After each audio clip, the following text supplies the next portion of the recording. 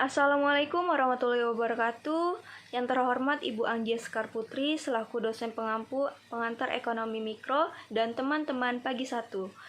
Nama saya Aulia Yolanda selaku ketua kelompok 2. Yang di sini saya akan membuka presentasi mata kuliah pengantar ekonomi mikro dengan judul materi teori tingkah laku konsumen, yaitu analisis kurva kepuasan sama.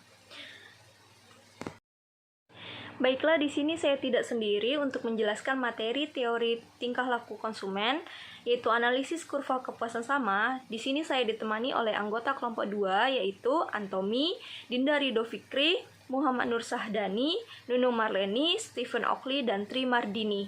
Baiklah, kami akan membuka penjelasan materi ini. Diharapkan teman-teman dapat menyimak dengan baik agar dapat memahami materi yang kami jelaskan.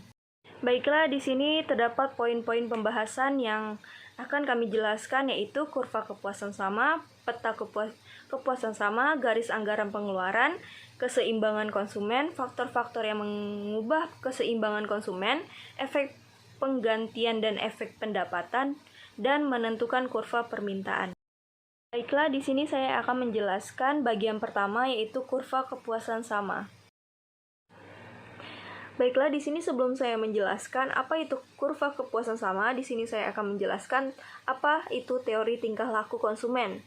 Teori tingkah laku konsumen yaitu menjelaskan bagaimana perilaku konsumen dalam menggunakan pendapatannya untuk mendapatkan kepuasannya atau kegunaannya yang maksimal dari konsumsi produk atau barang jasa yang mereka gunakan.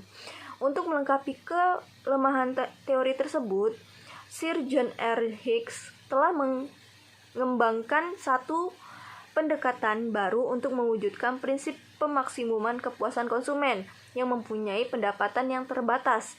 Analisis tersebut dikenal sebagai analisis kepuasan sama. Sehingga dalam hal ini, kurva kepuasan sama adalah suatu kurva yang menggambarkan gabungan barang-barang yang akan memberikan kepuasan yang sama besarnya. Dan indifferent curve adalah suatu garis yang menggabungkan titik-titik kombinasi dari dua macam barang konsumsi yang dapat memberikan kepuasan yang sama.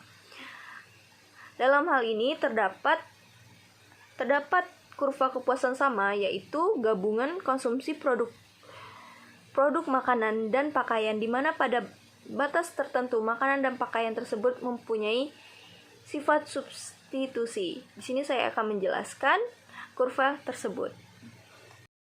Dalam hal ini, kita dapat membuat kurva kepuasan sama atau indifferent curve sebagai berikut.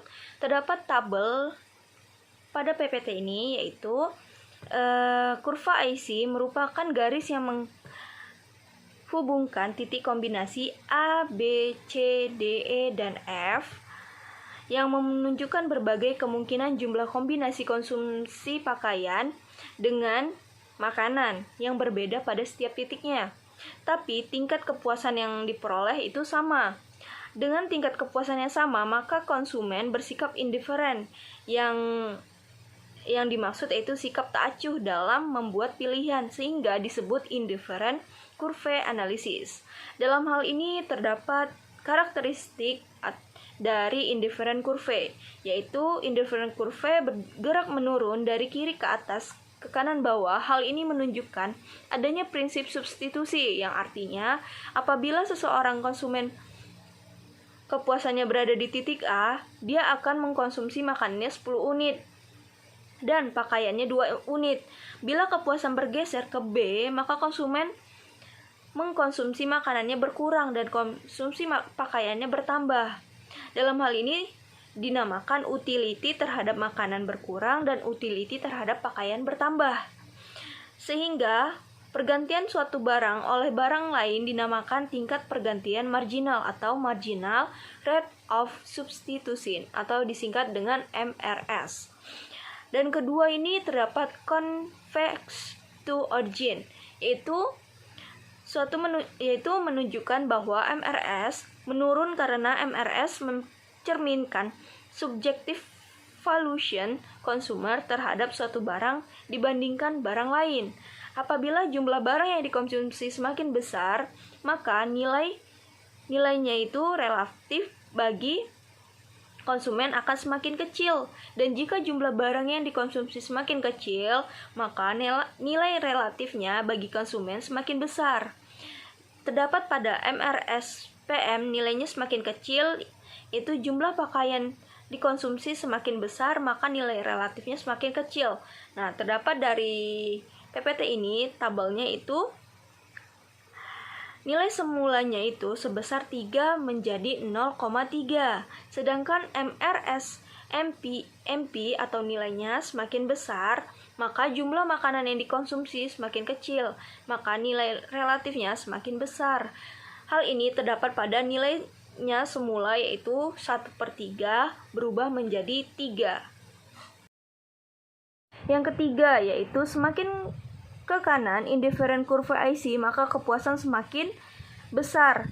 Hal ini adalah suatu gambaran yang memperlihatkan kumpulan dari beberapa indifferent kurva, dan setiap kurva IC mempunyai tingkat kepuasan yang berbeda.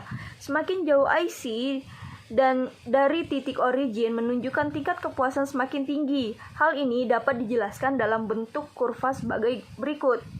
Pada PPT ini terdapat keterangan yaitu pada titik A adalah jumlah yang dikonsumsi 4 makanan dengan 2 pakaian, dan pada titik B jumlah yang dikonsumsi 4 makanan dengan 4 pakaian, dan pada titik C jumlah yang dikonsumsi yaitu 4 makanan dengan 6 pakaian.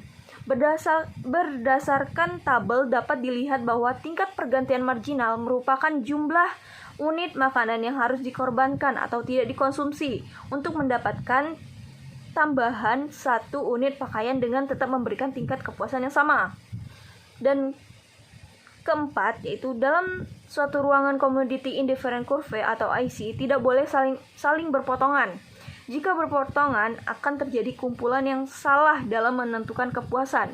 Dan yang kelima, pada kurva IC berlaku konsep marginal rate of substitution atau MRS, yaitu perbandingan antara perubahan yang berkurang jumlah konsumsi makanan dengan perubahan itu bertambah konsumsi pakaian. Dalam hal ini terdapat rumus yaitu MRSPM sama dengan delta M per delta P, atau MRSMPM MP sama dengan delta P per delta M. Dengan demikian, kurva kepuasan sama dapat didefinisikan sebagai suatu kurva yang menggambarkan gabungan barang-barang yang memberikan kepuasan yang sama besarnya. Yang kedua, peta kepuasan sama.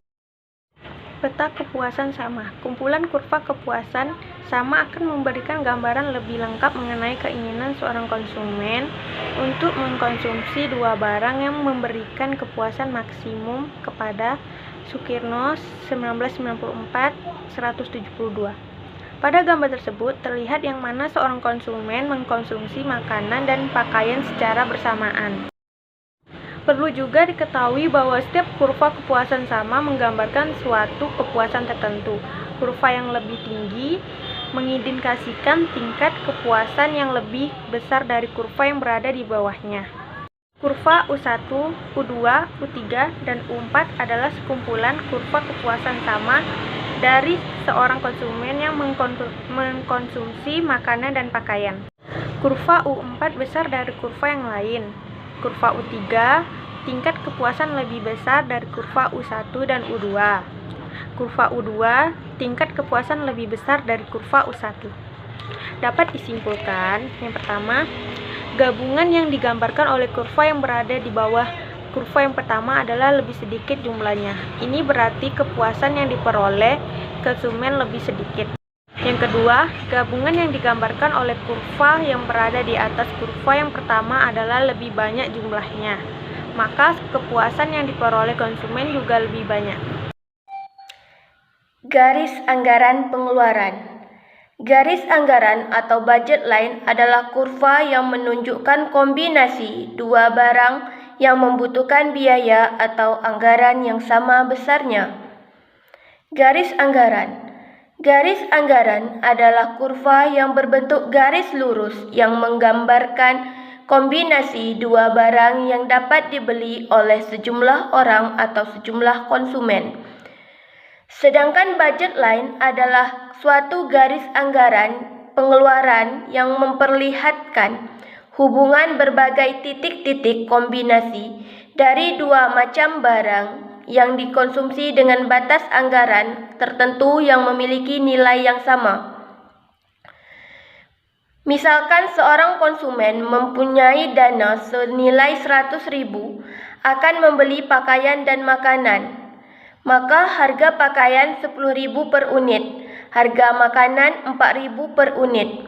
Jika semua dana dibelikan untuk pakaian, maka jumlah pakaian yang diperoleh adalah 10 unit. Dan bila semua dibeli untuk makanan, maka makanan yang diperoleh adalah 25. Kombinasi yang dapat dibeli dapat dilihat pada tabel berikut ini.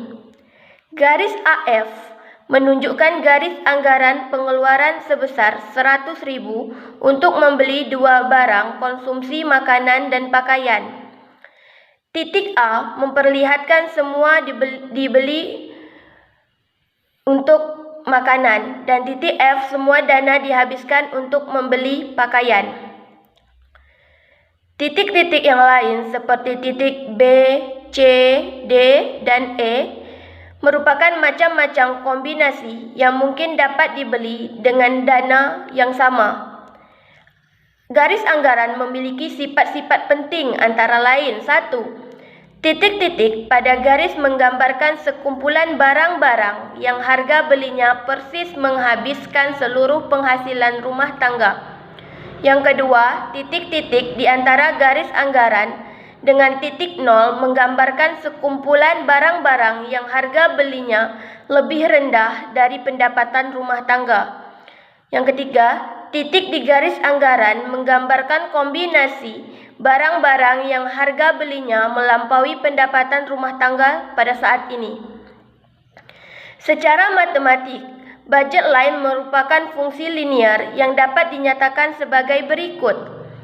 I sama dengan X PX ditambah Y PY, atau Y PY sama dengan I dikurang X PX. Y sama dengan I per PY dikurang PX per PY.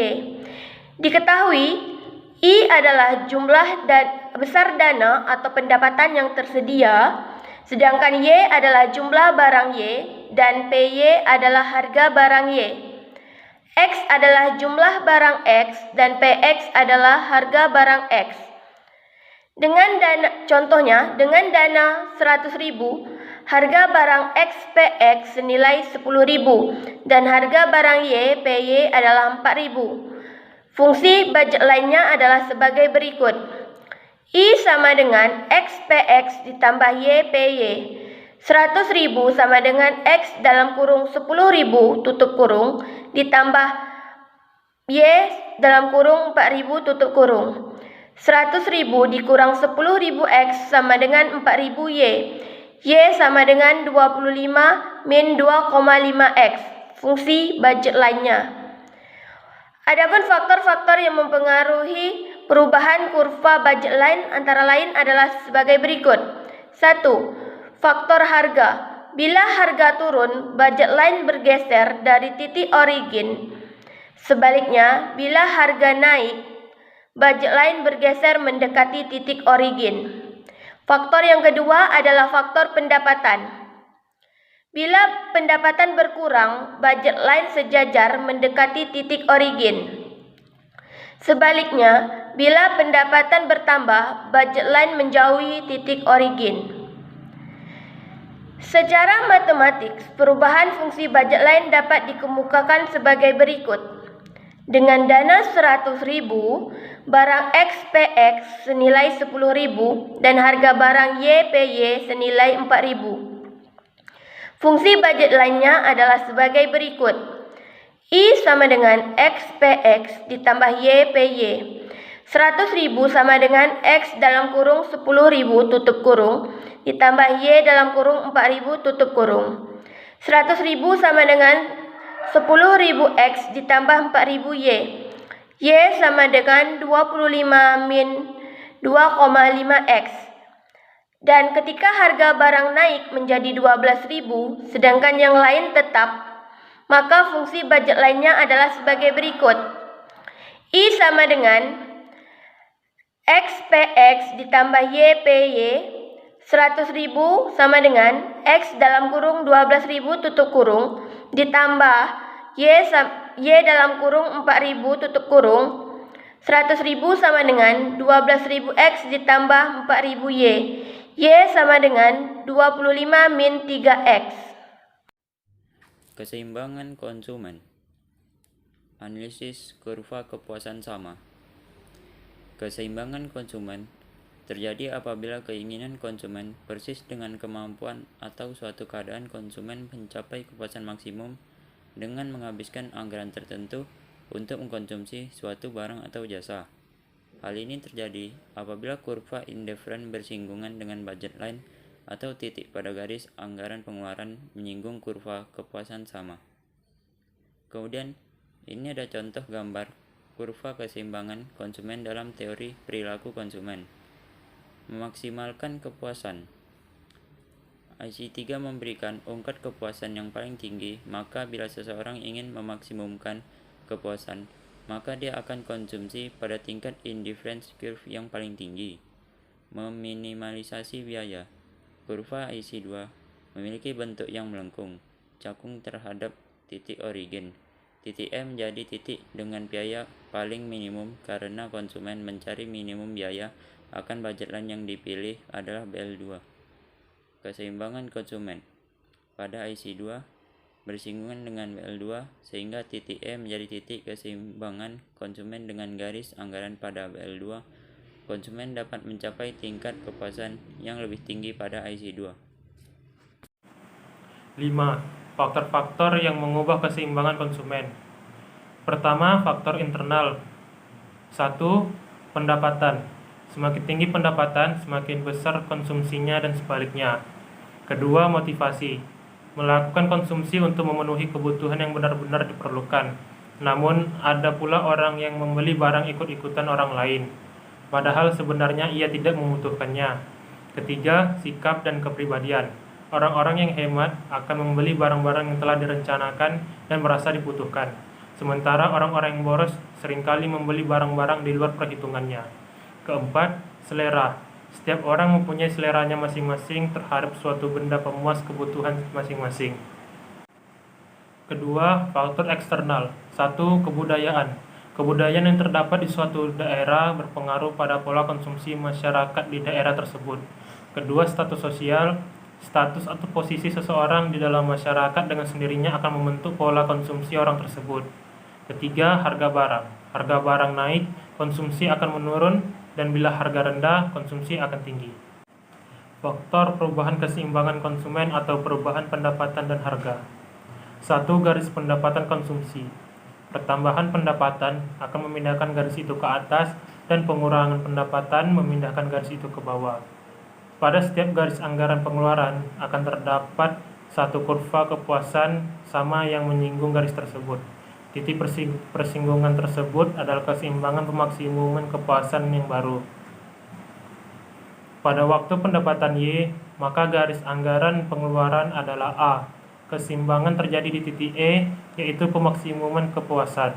Ketika pendapatan menjadi Y1, garis anggaran di titik B, keseimbangan terjadi di E1. Begitu juga seterusnya. Kedua, garis harga konsumsi.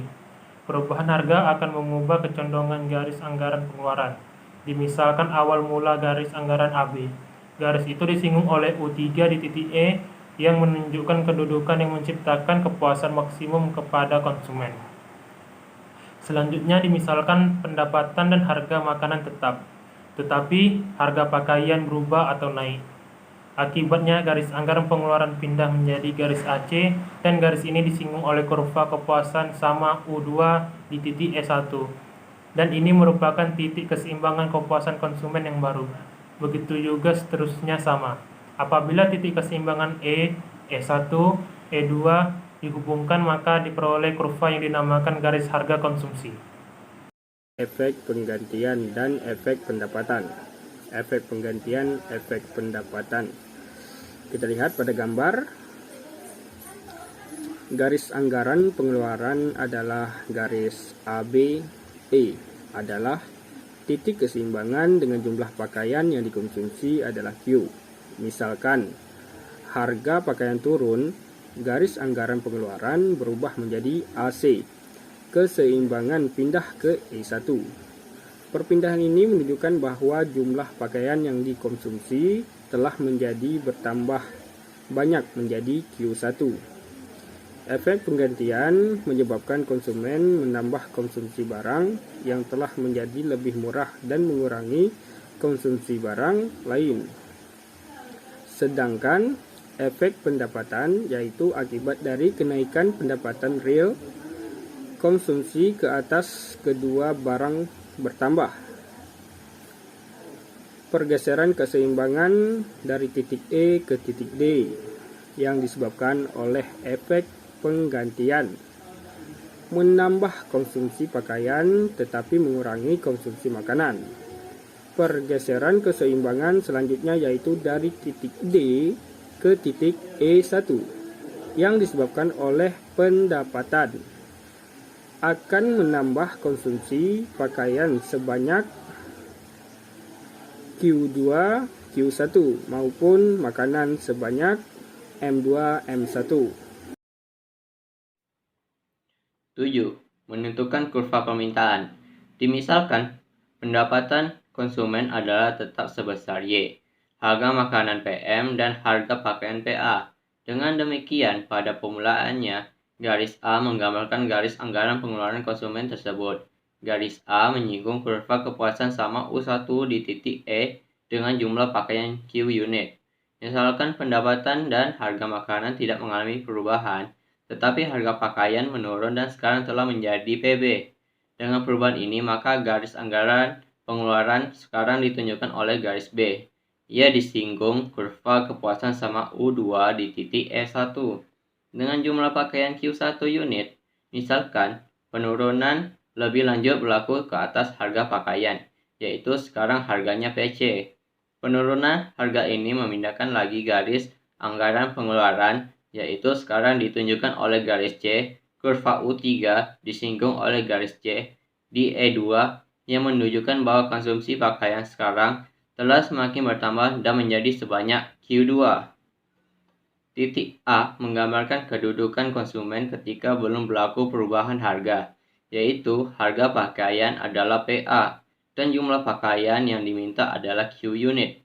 Titik B menggambarkan keadaan ketika harga pakaian turun menjadi PB dan pada harga tersebut jumlah pakaian yang diminta telah menjadi Q1.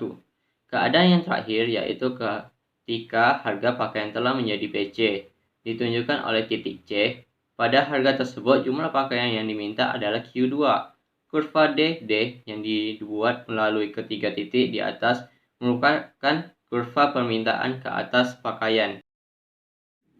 Terima kasih atas perhatiannya. Semoga apa yang kami sampaikan dapat berguna untuk kita semua.